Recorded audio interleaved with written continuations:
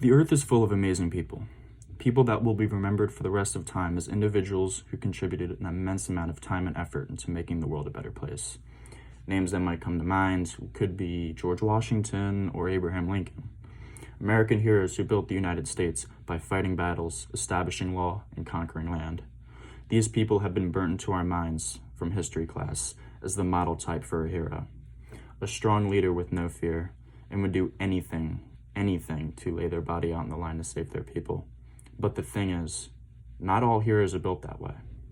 They don't have to have super strength or all the money in the world. Heroes are people that make the lives around them better. Heroes come in all shapes and sizes, and it doesn't matter who you are. If you can make a difference in someone's life, you're a hero. People such as Robin Williams brought light to a dark place and showed people around the world that we're not all that different, and some movies and laughs can turn anyone's day upside bright.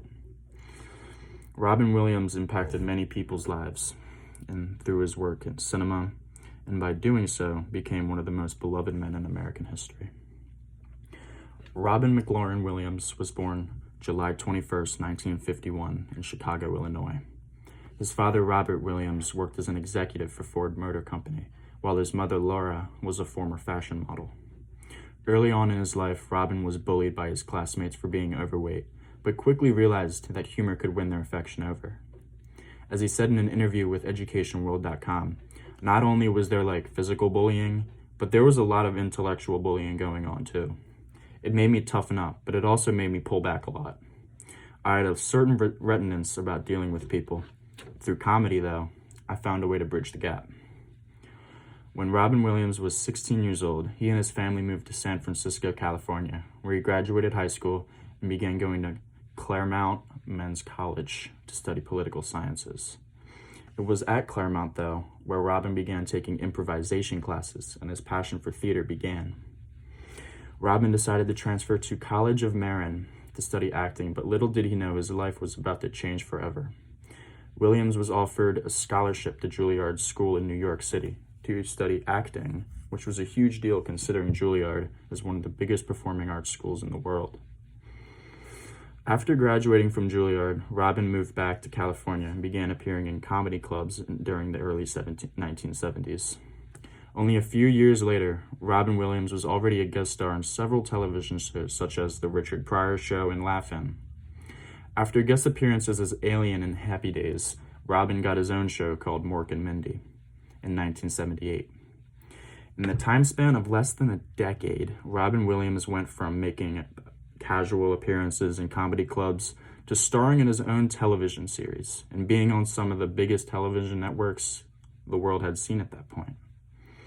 Williams was loved by everybody in the industry, and at the time, as author Merrill Markoe said, seemed to be omnipresent back then, and was the topic of discussion wherever he went.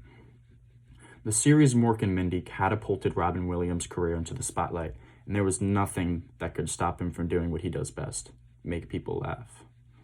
After Mork and Mindy ended in 1982, Williams began his movie career, with titles such as Popeye and The World According to Garp in the early 1980s.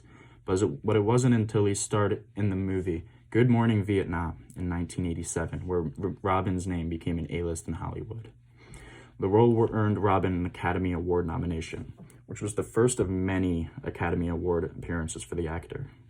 From 1989 to 1999, Robin Williams proceeded to make some of my favorite movies of all time, such as Dead Poets Society, Mrs. Doubtfire, Aladdin, and Good Will Hunting. In that same time period, Robin Williams won 30 acting awards for countless amounts of movies, solidifying himself at the top of the tiers for actors in the United States. Just like any hero, though, Robin struggled with his demons. Robin suffered from severe depression his entire life and made the world completely stop when he committed suicide on August 11th, 2014.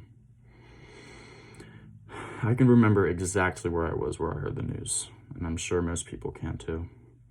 I was a 14-year-old boy sitting in my room staring into the abyss of the ceiling, wondering why the world would take away such an inspiring man. Robin changed many people's lives in his work with cinema, but there is nothing that can take that away. Robin Williams was a diamond in the rough and made everyone who watched his movies feel better no matter what they were going through. Carpe diem. A quote from Dead Poets Society will be engraved in my mind for the rest of my life. To seize the day and take nothing for granted is my mentality from the moment I wake up. And along with that quote, Robin Williams will tag along in my brain as my motivation to continue on. The world didn't deserve a man as charming or gentle as Robin, but I'm really glad that we got to experience his magic because it changed my life forever. Ugh.